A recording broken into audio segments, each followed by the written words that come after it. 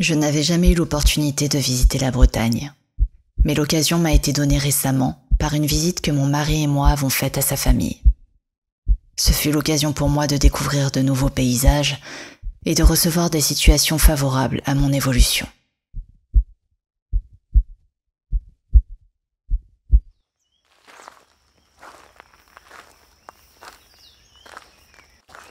Après de chaleureuses retrouvailles, nous nous sommes dirigés dans la légendaire forêt de Brocéliande,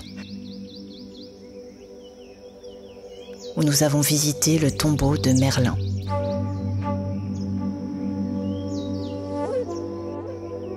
Cette sépulture très modeste, en raison de sa destruction partielle au XIXe siècle, n'en est pas moins intéressante de par l'égrégore qui l'entoure et les différentes offrandes naturelles qui y sont déposées.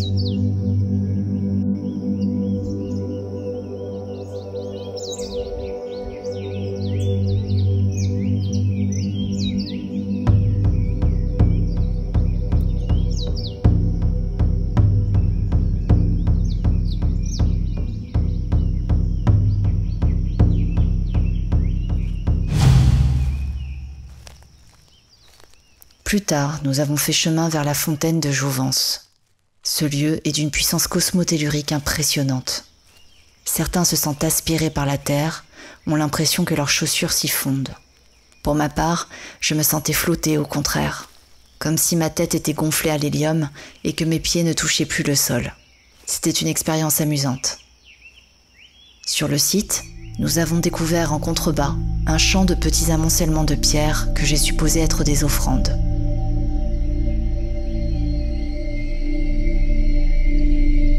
La fontaine, quant à elle, a séché au moment de notre venue, a perdu de sa majesté au fil du temps. Il n'en reste pas moins que les énergies du lieu sont puissantes et que nous y étions nombreux, même si tout le monde n'était pas visible à l'œil nu.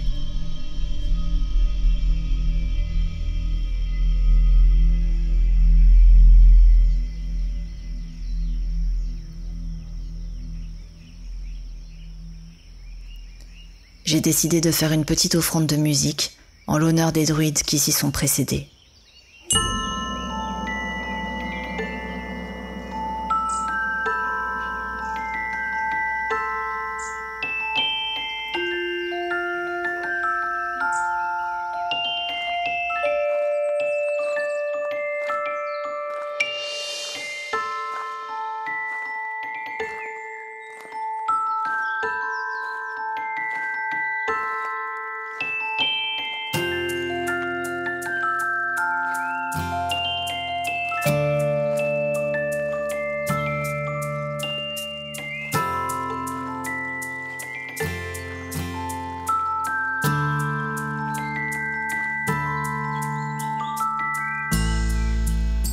Mon mari et moi avons continué notre promenade vers la fontaine de Barenton, où l'on dit que les fées apportent des présages, où l'on peut obtenir des pouvoirs, guérir ou trouver notre âme sœur. Il est dit que si l'eau de la fontaine bouillonne, alors un mariage est proche. J'y ai laissé un présent pour les fées et autres êtres du lieu.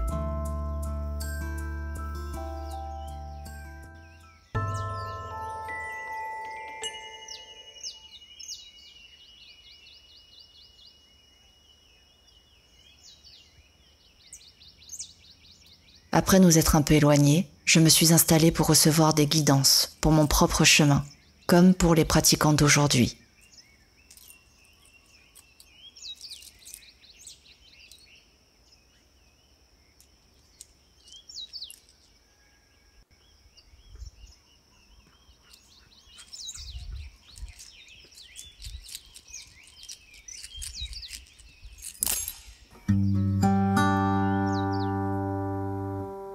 Les esprits de Brocéliande nous conseillent de ne jamais lésiner sur notre protection.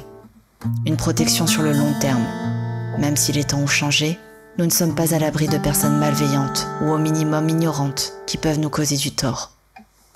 Puis, si nous souhaitons évoluer sur le plan spirituel et occulte, nous devons garder le sens de la curiosité, rester ouverts, garder l'esprit fertile pour accueillir de nouveaux savoirs, de nouvelles expériences, de nouvelles découvertes. Savoir s'amuser dans notre pratique en expérimentant avec le même esprit qu'un enfant. Nous sommes nos propres et seuls obstacles, en nous limitant nous-mêmes à ce que l'on connaît, en nous limitant par la pensée rationnelle, le jugement et l'éducation. La clé du succès se trouve dans la connaissance, empreinte de la sagesse de reconnaître que nous avons encore tout à apprendre.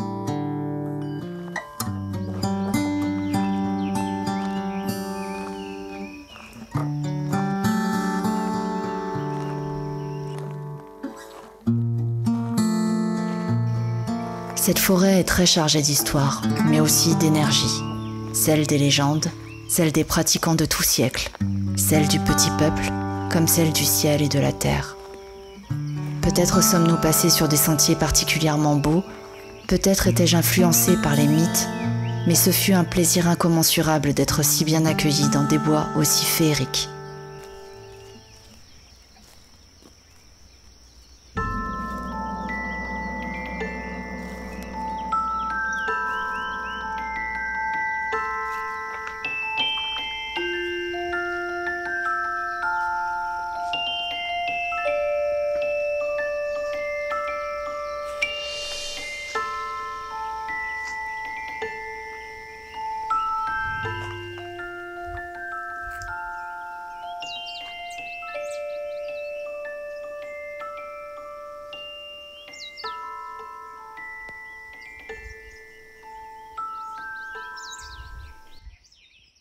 La nuit tombée, j'ai laissé mon mari s'amuser avec ma caméra, ce qui m'a permis d'avoir des images de l'une de nos soirées autour du feu.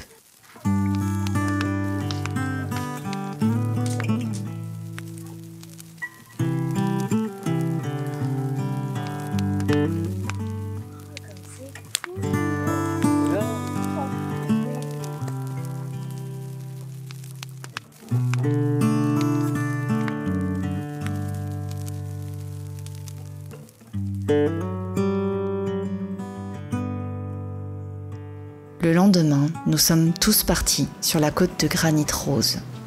Ce paysage était sublime. Je n'avais jamais vu ce genre de plage.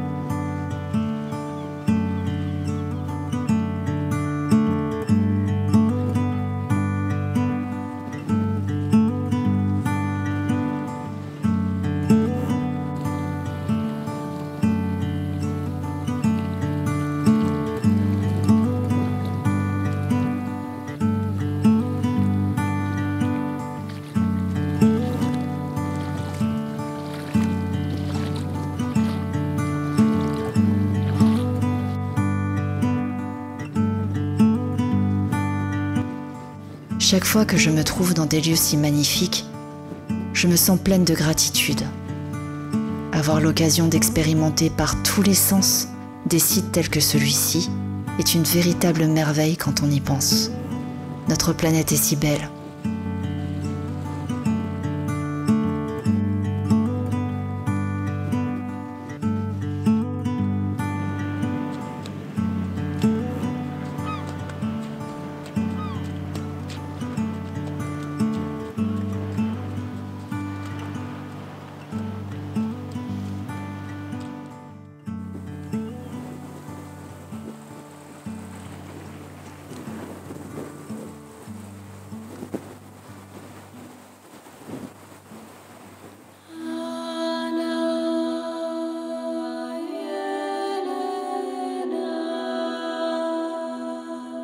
Durant notre séjour, j'ai eu la tristesse d'apprendre le décès d'une sœur chamane, Olga, pour qui j'avais beaucoup d'admiration et que j'espérais rencontrer un jour. Nous avons allumé un feu pour notre soirée et j'en ai profité pour ritualiser mes au revoir, prier pour elle et la remercier de l'inspiration qu'elle m'a donnée.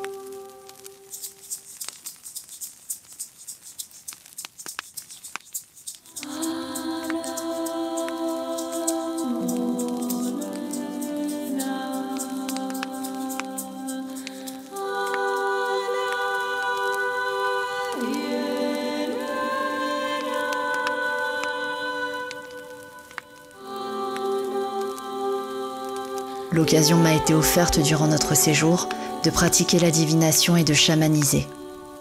J'ai trouvé les lieux extrêmement propices à ça. Une maison éloignée en campagne bretonne, près d'une forêt et d'un haut lieu cosmotellurique. J'étais absolument ravie de pouvoir pratiquer dans ces circonstances. Un peu plus tard, nous nous sommes installés pour un petit concert privé.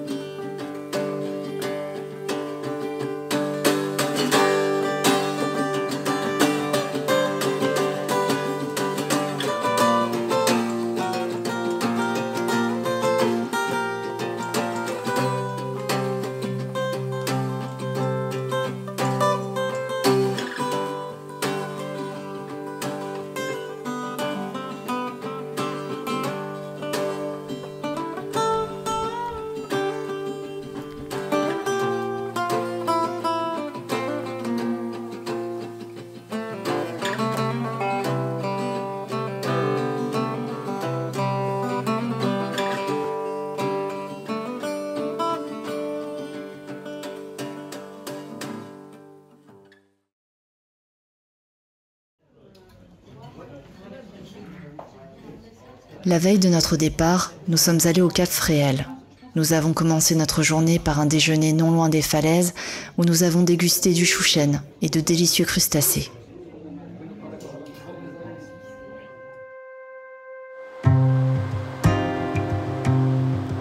Nous avons eu la chance de trouver quelques endroits et moments où nous pouvions être un peu seuls avec les falaises.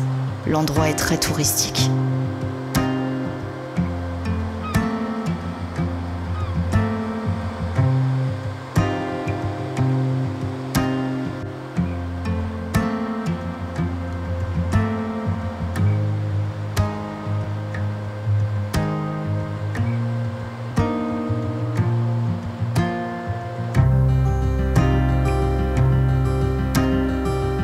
Je n'ai pas pu m'empêcher de m'installer pour absorber les énergies naturelles du lieu et tâcher de me connecter par une courte méditation. J'ai aimé l'idée de m'asseoir là où de multiples druides ont sans nul doute pratiqué certains rituels. Tous ces endroits visités m'ont fait me sentir comme en famille. Je me sentais à ma place.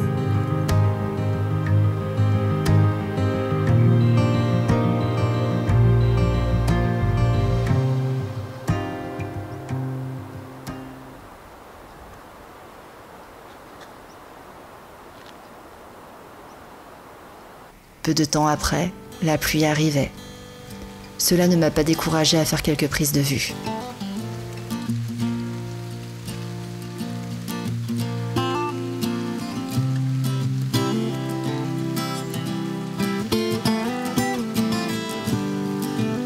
Pouvez-vous ressentir la magie, le pouvoir, la magnificence ici ?